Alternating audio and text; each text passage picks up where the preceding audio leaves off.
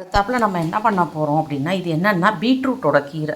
எல்லாம் தூக்கி போட்டுருவோம், எனக்கு ஆனால் ரொம்ப பிடிக்குங்கிறதுனால அதை நாங்கள் பண்ணுவோம். பீட்ரூட் கீரை, அதுக்கு கொஞ்சமாக ஒரு உருளைக்கிழங்கு என்ன நல்லா அலம்பிட்டு தோலோடு போடணும். அதனால் ரொம்ப நல்லா தோலை அலம்பணும், அலம்பி வச்சுக்கணும். தாளிக்கிறதுக்கு கருவேப்பிலை, கடுகு, அதுக்கப்புறம் பூண்டு கொஞ்சம் போட்டாலும் ஓகே தான். பட் எனக்கு பூண்டு ரொம்ப பிடிக்குங்கிறதுனால 2 பூண்டு நல்லா உரித்து அதை குட்டி குட்டியாக வெட்டி வச்சுட்டுருக்கேன் இந்த மாதிரி.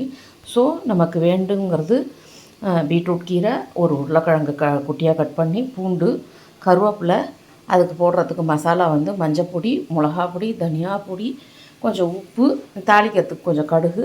இதை தவிர எது போட்டால் இறக்குற சமயத்தில் கரம் மசாலா பொடி, நல்ல கரம் மசாலா பொடியாக இருந்தால் மட்டுமே, இல்லைன்னா அதோடது டேஸ்ட்டு ஃபுல்லாக கெட்டு போயிடும். அதனால் நல்லா இருந்தால் மட்டும் கொஞ்சமாக போட்டுட்டு ஒரு 2 பிஞ்சு போட்டுட்டு அதை இறக்கி வச்சா ரொம்ப அமக்கலமாக இருக்கும். இப்போ அடுப்பில் நம்ம எண்ணெய் வச்சுட்டுருக்கோம். அதில் 1 ஸ்பூன் கடுகு போட்டு அடுப்பை பெருசாக வச்சுடணும். வெடிக்கட்டும். அது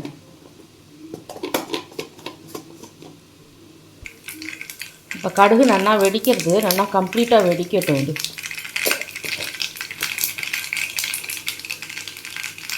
வெடித்து அந்த சத்தம் நிற்கணும்.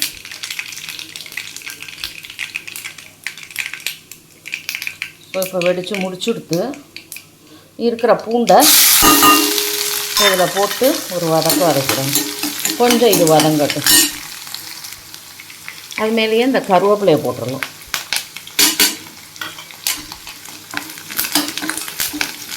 கொஞ்சம் லைட்டாக பொரிஞ்சாலே இந்த பூண்டோட வாசனை நல்லா வரும்.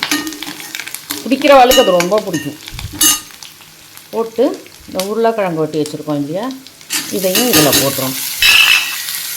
முன்னாடியே வெட்டி வச்சுக்கிட்டோம் அப்படின்னா, நாள் ராத்திரியே உருளைக்கிழங்கெல்லாம் வெட்டி வச்சோன்னா கண்டிப்பாக தண்ணியில் போட்டு வைக்கணும், இல்லைன்னா கருத்து போயிடும். அப்பப்போ வெட்டிட்டோன்னா அது தேவைப்படாது. இதில் இதுக்கு தேவையான நான் எப்போவுமே கொஞ்சம் மஞ்சள் பொடி கூட போடுவேன்.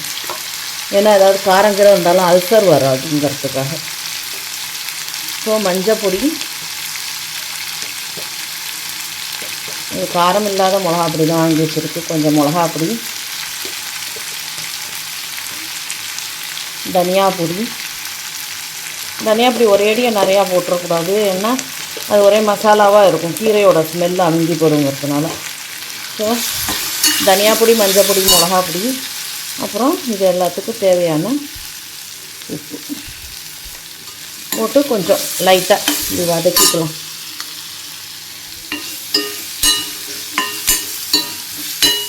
வதக்கிட்டு இந்த நறுக்கி வச்ச கீரையை போட்டு அடுப்பு சின்னது பண்ணோம். இந்த கீரையெல்லாம் எவ்வளோ டேஸ்ட்டுன்னா எக்ஸலண்ட்டாக இருக்கும்.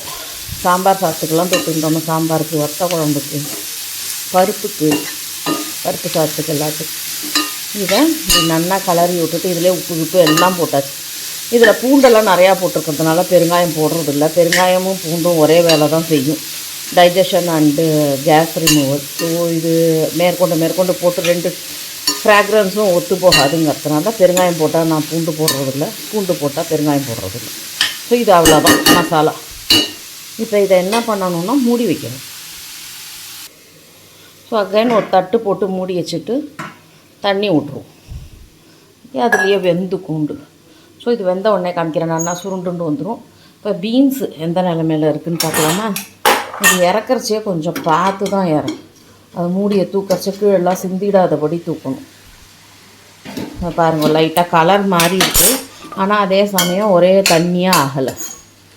அடியும் பிடிக்காது. இது சாதாரண இழுப்பச்சட்டியில் போட்டாலும் அடி பிடிக்காது. ஸோ இது ட்ரைப்ளை வர அடி பிடிக்காது. இது இன்னும் சுத்தவே வேகட்டும். திருப்பி அந்த தண்ணி போட்ட மூடியை அது உள்ளே இறக்கிடும், வேகட்டும். வெந்தோடனே அதில் தேங்காய் போட்டு நிறுத்த வேண்டியதான். இப்போ இதுவும் வேகட்டும். இப்போ பீட்ரூட் காய் எந்த மாதிரி ஆயிருக்குன்னு பார்க்கலாம். கொஞ்சம் வேகாமல் இருக்குது. நமக்கு வெந்துருத்துன்னு எப்படி தெரியும்னா, இந்த உருளைக்கிழங்க இப்படி இந்த கரண்டியால் இப்படி நசுக்கி பார்த்தோன்னா ஈஸியாக கட் பண்ண வரும். இதுவே இப்போயே வந்துருது, இன்னும் கொஞ்சம் இருக்கட்டும், கொஞ்சம் நல்லாயிருக்கும். இன்னும் சித்தம் இருந்தால் இது நல்லா வெந்துருத்துன்னா இதுவும் ஆயிடும். ஸோ இன்றைக்கி நம்ம அதில் கொத்தமல்லி சட்னி, பீன்ஸ் காய், பீட்ரூட் கீரை. ஸோ இவ்வளோ தான். வேணும்னா சாத்துந்து பண்ணிக்கலாம். இன்கேஸ் டிஃபனுக்கு அப்புறம் அந்த சட்னி குறைஞ்சிது அப்படின்னா அதை வந்து இட்லி வைப்பறதுக்கு நம்ம வந்து சாத்துக்குத்து பண்ணிக்கலாம். இப்போ இன்னும் கொஞ்சம் மூடி வச்சு விடலாம். ஸோ இந்த பீட்ரூட் கீரையும் இப்போ நன்னாவே ஆயிடுது. இப்போ பாருங்கள், இது உருளைக்கிழங்கு, இது குட்டி குட்டியாக இருக்கிறதெல்லாம் பூண்டு, இது பூண்டு, இது உருளைக்கிழங்கு பெருசாக இருக்குது பாருங்கள். இதே இப்படி கரண்டியால் லைட்டாக தான் அமுக்கணும். அமுக்கினா நன்னா உடையிறதா, மசிச்சாலும் நன்னா மசிஞ்சிடும் அது. அங்கே பாருங்கள். ஸோ இது ஆயிடுது, அவ்வளோதான். வழுக்கிண்டு போகிறது அவ்வளோதான், ஆயிடுது. ஸோ இதை அடுப்பை நிறுத்திட்டு அதையும் எடுத்து வச்சுட்டு அதையும் இதே மாதிரி தான் மூடி வைக்கணும். பாதி கொஞ்சம் திறந்த மாதிரி, இல்லைன்னா திருப்பி தண்ணியாக ஆகிடும். சரியா? இதை நான் இப்போ எடுத்துகிட்டு இழுப்பு சட்டியை கவுத்துடுவேன். இதில் இப்போ ஒரு கரண்டியாக எடுக்க முடியாது. ஸோ அவ்வளோதான். கொஞ்சம் நேரத்துக்கு இந்த மாதிரி திறந்த மாதிரி வைக்கணும். வச்சிட்டோன்னா பீட்ரூட் காயும் ரெடி. இன்றைக்கி தளிகை ரெடி. சாதம் தனியாக ரைஸ் குக்கரில் வச்சுட்டேன். Actually rice cooker, normal cooker, pressure குக்கர்லாம் வைக்கக்கூடாது.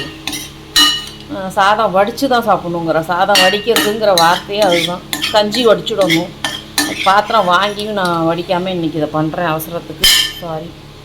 ஸோ அது மாதிரி சாதம் இதெல்லாம் ரெடி ஆகிட்டு